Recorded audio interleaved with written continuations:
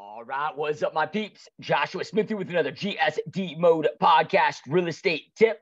And today I'm here to talk to you about open houses and more specifically, how to drive and maximize the amount of traffic that you get to your open houses. So actually the inspiration for today's video came from John Bean. So one of our podcast listeners, actually a new podcast listener, emailed me. He's like, hey, I just watched your mega open house YouTube video from 7 months ago or so, where I break down all the different steps of my mega open house strategy.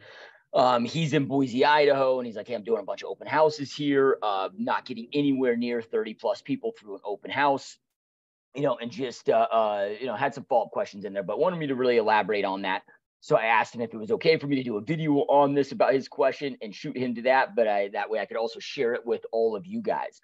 And I'm going to also make this where it applies to all of lead gen, right? Because this is really important, you guys, is when it comes to our overall lead generation in our business, our overall activities, and it doesn't matter, because I know a lot of you are individual agents, team leaders, broker owners, different levels. It doesn't matter if it's going after buyers, sellers, agents, leadership team. It's all this, like all of this applies, and this is so important to understand. At each stage of the real estate game, we have to maximize and optimize. When I talk about mastery, and I talk about mastery a lot, we got to optimize and maximize and obsess over, okay, how can we go out there and improve this thing? How can we go out there and maximize this thing? Okay, if activities exist to generate leads, so like for the real estate sales funnel, starts off with activities exist to generate leads, then boom, now they're inside your funnel. Leads exist to go out there and follow up with those leads, set appointments exist to go out there, conduct those appointment conductions exist to turn into clients exist to go into contract, and contracts exist to boom, spit out a commission check, become a past client. Now that becomes our number one lead source, repeats and re-enters the funnel, right?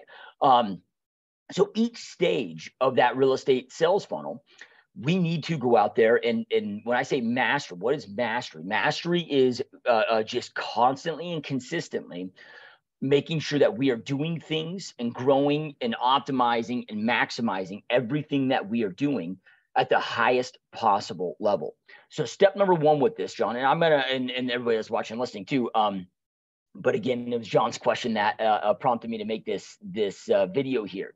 So step number one is you got to have a measurement system in place. So with that being said, like you've got to go out there and be tracking your data. You've got to go out there and measure your data. If you want to go out there and progress on anything, at the very beginning stages, you must have a way to measure your progress. Otherwise, you'll never be able to improve. And another thing, just so you guys know, I know John already knows this because it was in his email, he had heard others, say things like, oh, well, you got to give away, $500 iPads, or you got to give, have moving our food trucks, at your open houses to drive that traffic. And he's like, well, if I do those things, I think I might be able to drive in that traffic. Look, I've never done any of that shit. And I'm not saying to not do it. If you want to do it, if you like wasting a bunch of money, fine. Right. To me, it'd be an absolute utter waste of money. For a new lead generation event, something that's completely unnecessary. And I'm not saying there may not be effective ways of doing it, but it's something that's totally unnecessary. I would never see a need of that. I would do things like that for like client events or past client events or other things, but not open houses. At least for me and my experience and my strategies. Okay. So you have to have a measurement tracker in place. So like, okay, I've got my mega open house tracker that I go out there and track and utilize. What am I tracking on there? Okay, I'm number one, I'm tracking, and this is going to lead to, so I want you guys to think about, even if you don't do open houses, I don't care if it's Facebook ads, I don't care what it is. Like look at this. I also generate a shit ton of Facebook leads and shit ton of Facebook ads. Like how many creatives, because I get so many people like, oh, dude, Facebook ads don't work, they're ineffective. Facebook isn't as effective as it used to be. Yeah, Facebook's gotten a lot more saturated, but it is more effective than it has ever been for those that choose to understand how to utilize and leverage that tool to be effective. So I was just actually talking about this with all my clients in our private mastermind event. I'm like, how frequently are you guys testing creatives? Are you testing 20, 30 new creatives on every single weekly basis to see which creative, if you're testing 20 or 30, let's just say images, and you're split testing those each and every single week, at a small scale, but you're testing, okay, now I know what the absolute best, highest creating image converters are, right? From the image creative. Okay, well, then let's look at the text and, the ad copy itself. Okay, are you testing headlines? Are you testing text copy? Are you testing these things? Right? And most people look at me like a deer in the damn headlights, when I talk about these things. I'm like, okay, well, you're complaining about mediocre results, but you're putting mediocre effort into maximizing and optimizing the results of this activity. Anything, this is why less is more, right? And by that, I mean, okay, I'm going to do lesser activities. So then that way I can truly maximize, truly optimize, and truly master the fewer things that I'm doing and do those things much better and do more of those things, test those things more. And I've always found that I get way better results with those things. So I'm going to use open house as an example, but apply this to anything that you're doing.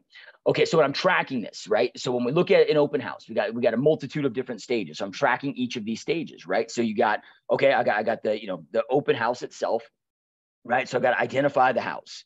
Then from there, I've got the pre-marketing that I got to do for the open house. If you want to do pre-marketing for that open house, it's not something that's extremely necessary. But then from there, it's like, okay, now I got setup, right? So I got setup. Setup helps one of the drivers for traffic. So then I got setup. Then, okay, now that there, and I've just tracked, break this down at each different stage. So I got overall setup. Then from there, now I got people coming in.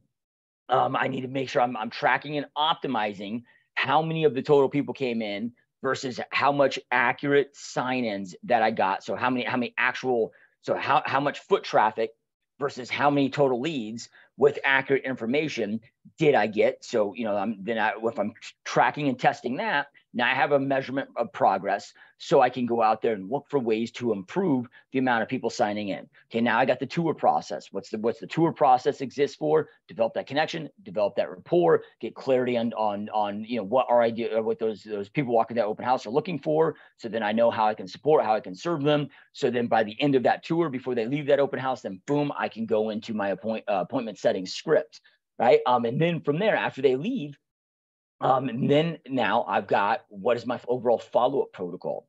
And if you nail all of these right, it's like, dude, like if you are doing good with your open houses, you should be converting 1 out of 15, meaning 15 leads coming through your open house equates to 1 closed sale. Now, if you're crushing it with this, right, like your goal should be able to target goal should be able to hit to is 1 out of 10, right?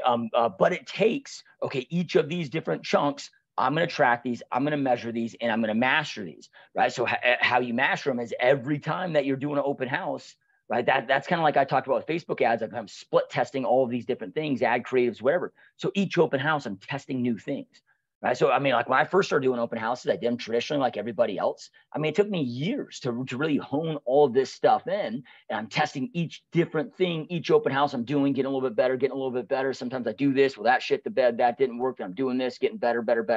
So it's not doing necessarily revolutionary, crazy, things. Well, I guess it's not really revolutionary, crazy, but I've never given away $500 iPad or had a food truck. I've never done those. That to me would be for somebody that is too lazy to optimize the game. Right? To go out there and do that. And I still don't even know if those would drive in the same amount of traffic. Right? When it comes to that, that's not going to prompt me to go to an open house, a freaking food truck there. It might for others, but am I getting then, and am I attracting the right people? I just got people coming there for free freaking food, right? They're not interested in the house. So, is that really optimizing my overall goal? For me, again, I can't speak to that because I haven't actually tested it, but my best guess is that would not be a good strategy to optimize my goal, which is my goal here is for me to not just get as many people through that property as I possibly can, but get the right people through that property, connect, develop that rapport, and then go out there and convert them into a client, right? I'm looking for clients, not people that want free food. Okay, so then from there, all right, so and I'm just going to shortcut a lot of this for you, but still make sure that you're tracking, because you can give you cheat codes, but you still got to put in work. You still got to go out there and measure this stuff. You still got to get this stuff down. So then also when I'm tracking this stuff, it's like, okay, I'm tracking every single open house that I do. Okay, well here's the property address. Here's the subdivision. Here's the price point. Here is the date or the day of the week that I did the open house. Here is the time frame. Here was the traffic count. Right. So I'm also tracking that in addition to those things that I just told you. So then that way, there's a couple things of this is I can start looking at, okay, what are the best days? What are the best times? What are the best neighborhoods? What are the best price points? Like what are the best ones to optimize traffic? But, one thing that I want to make sure that we're all clear on is that it's not just about traffic getting through the open houses. Look, and this might sound not believable to some of you, but I actually had to start scaling down a lot of the things that I was doing, because I got to a point where, we'd start getting 100+ people through open houses, and then, that's just way too many people through a house, man. That was just way, so then it was like, okay, well, maybe now I got to start teaming up with an agent. And it was just such a chaotic mess, dude. Right. So yeah, I don't to me, about 30 people through each open house is about the perfect flow for me personally. Now, if I have a partner doing the open house with me or tag teaming this, okay, we might be able to handle 50 to 75. But there is a thing is too much. Right. But regardless, whether I get 10 or I get 30, I want the right people coming through the open house. So don't think of this just as traffic coming through and just a number count. That's just like people I can go out there and generate insane amounts of either free leads or low cost paid Facebook leads. If I go out there and rent for cheaper than you can own, or running foreclosure ads or whatever, dude, I can get 80-cent opt-in leads, get inundated and flooded with leads. But my conversions are low, and I have to put in a shit ton of energy and effort because I'm sifting through a bunch of unqualified people or a bunch of investor wannabes, right? Versus, if I run targeted Facebook ads to my ideal client where my cost per lead might be $5, but I'm converting 1 out of 42 versus 1 out of 500. Right. So don't think of this just as a numbers game, because look, for some of you in your markets, and one thing that is important to understand is, look, I am in one of the the fastest growing metro in the United States. So if you're in a smaller town, now Boise, Idaho, which is where you're at, John. Boise, Idaho is a big expanding area. So my guess is you can get, some decent traffic through your open houses. But I know some people that are they're in small markets and 10 people through each open house is, a huge win for them. But the key there is make it the right 10 people, right? It's not just about that traffic count. Okay. So then from there, here's what I found to be the overall most important elements. And again, you're tracking all this. We've already talked about that. You already understand that is okay. It is about property selection. So, and there's other things too, and I'm going to break these down, but property selection is so essential. So you got to identify, when I'm breaking this down, it's okay. What are the most desired in my area, in my city, or whatever, zip codes or areas that I'm working. What are the neighborhoods? What are the price points? What are the amenities inside that property? What are those properties that in a normal market, not this crazy market that we've been having, but in a normal market, so just a neutral market, that it's when shit comes on the market on there, dude, you list a property on there on a Friday, you're doing backflips because you're going to have multiple offers, even when multiple offers are rare, by Monday. Yeah. What is that listing that dude, you're stoked to get, everybody wants it. It's in such high demand. So again, what is that popular price point? What are those amenities? What are those features? What are those neighborhoods? What does that look like? Right. So that's number one. Most people are just doing open houses because somebody has an open house that they can do in their office, or it's just their listing. Look, I'm very, very picky, and I'm very, very particular at the actual house, because remember, activities exist to maximize leads. So every activity that I'm doing, I'm going to just obsess over and master and maximize the amount of leads that I get from that actual property. So I want as many, the more demand that it is, right, the more people that are going to come through. Okay, so then from there, as I was split testing all of this and going through all my different tests, over the years, I started noticing I start off, just like everybody else doing, using 12 signs. And then, as I was surveying people coming to the open house with my guest registries, it was 90% of the people that walked through the properties, checked the box that they came to the open house because they saw the signs. So then I'm like, signs are important. Maybe signs matter. So then I was like, okay, well, let me go from 12 signs to 24 signs, see if that makes a difference. Okay, well, traffic started picking up slightly. Then I'm like, okay, let me go from 24 signs to 36 signs. Started picking up more. Okay, let me go from 36 signs to 50 signs. Let me go from 50 signs to 100 signs.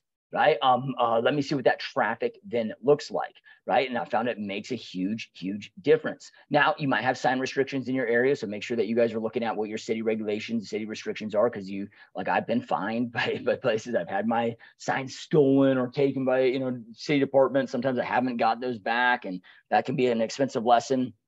Or I've had some that I've gotten back, but it was a pain in the ass to go through. And, so, I mean, just make sure that you're like, and be smart about this and be compliant. Now, I have one city that I work where they're like, okay, only one sign per street corner. Okay, the way that I define that, there's a little gray area there. The way that I define it is every street corner or every intersection has 4 street corners, right? So I'm like, okay, I know that they probably mean just one friggin' sign, but I'm like, okay, I'm putting 4. And now I will do this all the way up to, so if I got a neighborhood here, right, I'll look at all the entry and exit points of that. And I'm going to make sure I got signs leading to every intro and every major intersection that is going out, right, to those. So sign setup can be, an hour and a half sometimes, sometimes longer, sometimes 2 hours. Like I'll get up at, 6 in the morning, go set up all my signs, hours before the event. Then I'll just put a sign like on the actual property of what the time frame the open house is. So people are seeing those signs, way before, so you can get out there and put those signs up. I tried it the night before, but then, you got a lot of signs then go missing, and the open house signs, at least the ones that I use, are like $25 a piece. That gets really expensive, right? So, okay. So, making sure that you got that signage out there. Then from there, right? So then I'm like, okay, let me test these signs even further.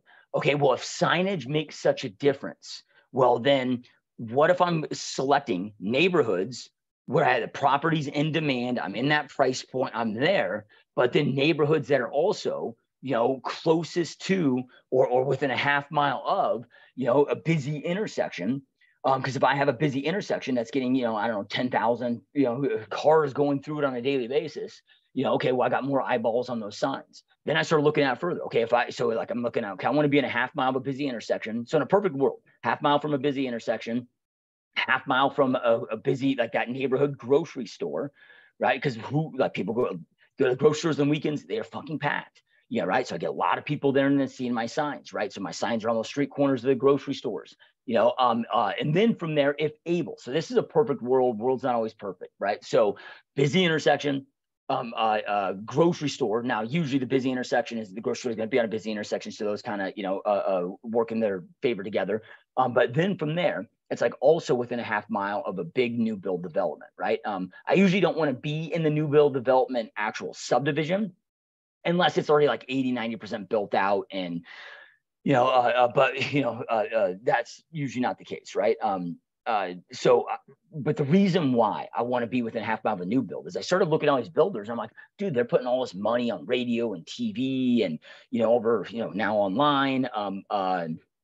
They have, signage going out for miles, and all these people, like as I'm visiting new builds, I'm like, man, you got all this traffic coming through and they're driving all this traffic through, on the weekends, right? And it's the same philosophy of the grocery store. It's like, okay, grocery store, all the deals, weekends, but, they spend a lot of money to drive people through there. So I'm like, let me then go out there and leverage all their marketing dollars. So then that way, if I'm in a half mile of each, all my signs, I can leverage all their marketing by having my signs like, okay, here's all the, the new build, signs leading with new builds. Bam, now I got my for sale signs, stacked next to all of those. Not blocking them. I'm not gonna be a jerk, but like, where if they're looking at watching that sign, seeing that sign, boom, now they're seeing mine. Right. So then again, just optimizing, okay, how can I go out there and optimize that traffic? So you got property selection and then being very, very strategic when it comes to your signs. This is why I'm not a big fan of hiring open house sign up companies that'll just go out there and put these out for you, unless you had somebody in-house that you could really teach, because I'm like, okay, like I want to make sure that those signs can be easily seen. They pop as people are driving. But this is why too, like it's not just going to be like, if I don't have a sign restriction, like I might have 6 signs. Like most people just have 1 sign for this corner. Okay, I'm gonna have 6. Right now, I'll spread them, 20 feet apart, but it's like it captures that attention. Yeah, right. Then from there, I found, okay, and this one isn't, it's not a deal killer where I'm not going to do an open house, but I found it to impact. So it can be something that you can go out there and test is, okay, like if it's a home that is buried deep in a subdivision, there's a bazillion turns to get to it. It's like the lesser turns that we have once they get up that busy intersection, I found that impacts traffic, right? And the more traffic. Then from there, the property itself, right? So then from there, I'm going to make sure that the property, I'm demanding attention. So I'll have, when I say bazillion, another, 3, 4, 5 signs, depending on how big the front yard is and the driveway, and so in the front, blocking off the driveway with signs so people aren't parking in the driveway, but also in the front yard, got 11-foot tall flags. So I'll usually have like 2 to 3 flags in that front yard as well. So it's just like, it just pops, like people are seeing it, 11-foot tall flags that say open house signs, right? Then from there, they're walking up to the front door. I have a retractable banner that just gives instructions. It's like, hey, welcome to our open house, and it just gives the instructions. Step number 1, come inside. Step number 2, sign in. Step number 3, take a look around. Step number 4, fall in love. Step number 5, make an offer. And then the 6th thing is, hey, if this house isn't for you, no worries. I can help you. I can show you others and help you find your next dream home, right? So just giving them those instructions. Then I've got a sign on the front door that says for security purposes, per seller's request, please sign in. Then boom, they open that door 3 to 4 feet from opening that door. Bam, they run into our setup table, card table, nice tablecloth on it. Another same sign that says for security purposes, seller request, please sign in. Boom, there's our guest registry, paper guest registries. I don't use apps. Find that those are absolute bullshit and junk when it comes to maximizing the amount of people that complete them and complete them with accurate information. Hands down, the best success with actual paper registration sign-ins. Now, when you're bringing a lot of traffic, I might need 4 clipboards, because it's like sometimes you get 4 people that come in. And this is why I also hate the apps, because what are you going to do? Set up 4 or 5 iPads, right, for everybody to come in and sign in? Like, you create that bottleneck where people now are just like, it's stopped and they got to wait to enter and then wait to sign in. They're like, fuck, I'll just bypass it and walk in and not sign in, right? So each step, though, we want to optimize and maximize, right? So then from there, get them to sign in. Now, if I'm able to, boom, tour process. We've got our tour scripts. We're connecting, develop the rapport. As soon as that's tour done, bam, we're asking for the appointment. The vast majority are going to say no. Appointment isn't going to work for them. Short notice. Whatever, we understand that, we know that. But for each open house, I'm going to set a few appointments, right?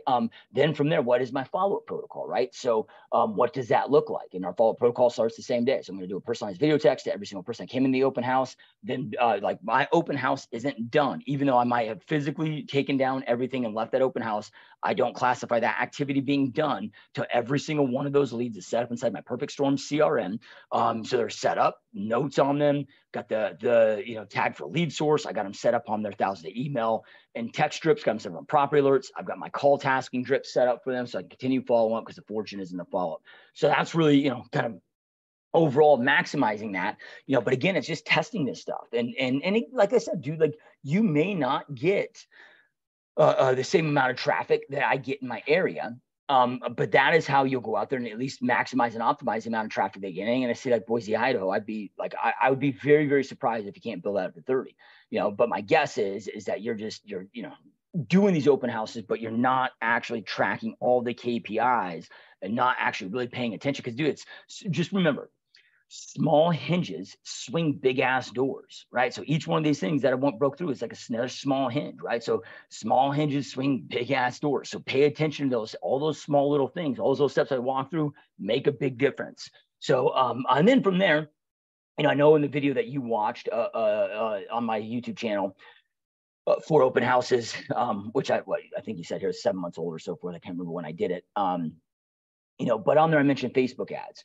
Right? Okay, yes, I do Facebook ads before the open house, but those Facebook ads, I want to be very clear on this. Those Facebook ads, my intent is to not drive more traffic to the open house with those. Because just being upfront honest with you, very few people that ever come to my open house or ever talk to came through from those Facebook ads. I mean, it is such a small percentage. Like, it would never be worth it to do that, at least with the way I do my Facebook ads. But why do I do them? Well, I've already got this event going on. I'm going to leverage this event so then I can go out to run these Facebook ads and get 20 to 30 leads in my system before that open house even takes place. But I like doing Facebook. So that's really more part of my Facebook strategy, Facebook lead strategy, just leveraging this event. So just like no difference when I have a new listed property. Okay, I'm going to run my Facebook ads on those, with also the understanding that the probability of selling that actual property for my Facebook ads is probably pretty slim, right? But I'm going to go out there and generate a lot of leads, just overall Facebook leads that I can follow up with and convert, through that strategy. So just want to be clear on that, because like that stuff, doesn't always matter so much. And then, then you can go out there and you can flyer the neighborhoods, and, you can do call drops or call everybody before the open house. Now, with those kind of things, I would get some, additional traffic. It might uptake it. Like if I flyered the whole neighborhood with a nice flyer about the open house and the open house event, I might get an extra 5 people or so, with that flyer in their hand that came through for that. But the vast majority, that was such a small percentage. The reason why I do those things is I would do those things in my geographical farm neighborhoods. So I was, again, using that open house as a leverage piece to get something else into the mail. And these are already people that were already receiving something about 3 weeks in the mail from me. Other types, style of postcards marketing. So it's just leveraging that event as a way to get, something else in their mailbox and show that I'm the, authority in their market. So anyway, I hope that this helps. But if you want to go out there and maximize any lead source that you're doing, it's putting that thought process into it, right? It's like running science experiments, dude. It's like, okay, here's the control, here are the variables. The control is the open house. What are all the different variables that we're testing? And I'm just testing, 1, 2 variables at any given time, so I can see if there's upticks in those, and then I'm tracking those results. Right? Okay, I got a hypothesis that I think this will, help improve this. Let me go out there and test that hypothesis, see what works, see what doesn't work. Okay, and then, from there, based on that data, okay, like now I make that change, and then that becomes part of the fixed process, right? So like the best lead generators, best marketers are like scientists, right? It's you get that data, you get that control. What are those variables that I'm always out there testing? So that is the key. The key is, and again, I'm not trying to dog on the person that told you to go out there and do an iPad or do a food truck, but that's not the key to marketing, dude. The key to marketing isn't to go out there and just give a bunch of free shit and go broke, spending a bunch of money that's unnecessary. The key is to be a scientist, right? And again, so you got the control. You're always testing the different variables, testing the different copy, testing those different things. Right? You deploy those things. Here's my sample size. I'm going to deploy those things, right? Then I'm going to measure, track the results. Okay, how do those compare to, my previous results? But then testing, it's like, okay, like each time I was just like testing, 1 or 2 of those things, right? So then I could go out there and see what actually moved the needle forward. And that's why it took me so long to go out there and do that. But the good thing is I've done it now, so I'm able to share with you, those lessons learned. So you can. There's going to be still some testing that you got to do, but you can figure out in probably 3 months of doing this, what took me, years to figure out. So anyway, John, I hope that this is helpful. And all of you that are watching, listen, I truly appreciate you. Make sure to check out gsdmode.com for more additional free resources, free training, download my free ebook, especially John, dude, like go snag that ebook, dude, on my, it's 100% free, nothing being sold, no fluff, 42 top tip strategies, that are all proven, tested. Each chapter is a different tip and strategy. In there, it's in your email box in seconds. Again, nothing being sold. It's just all epic, amazing shit that'll help you get dialed in. So if you enjoyed that first YouTube video that you watched, and you enjoyed this one, or found this one powerful, that book will blow your mind, dude. So go snag that. But I also have other additional resources and training on there and so forth. So anyway, guys, keep crushing it, keep kicking ass. I'll see you next time. Peace.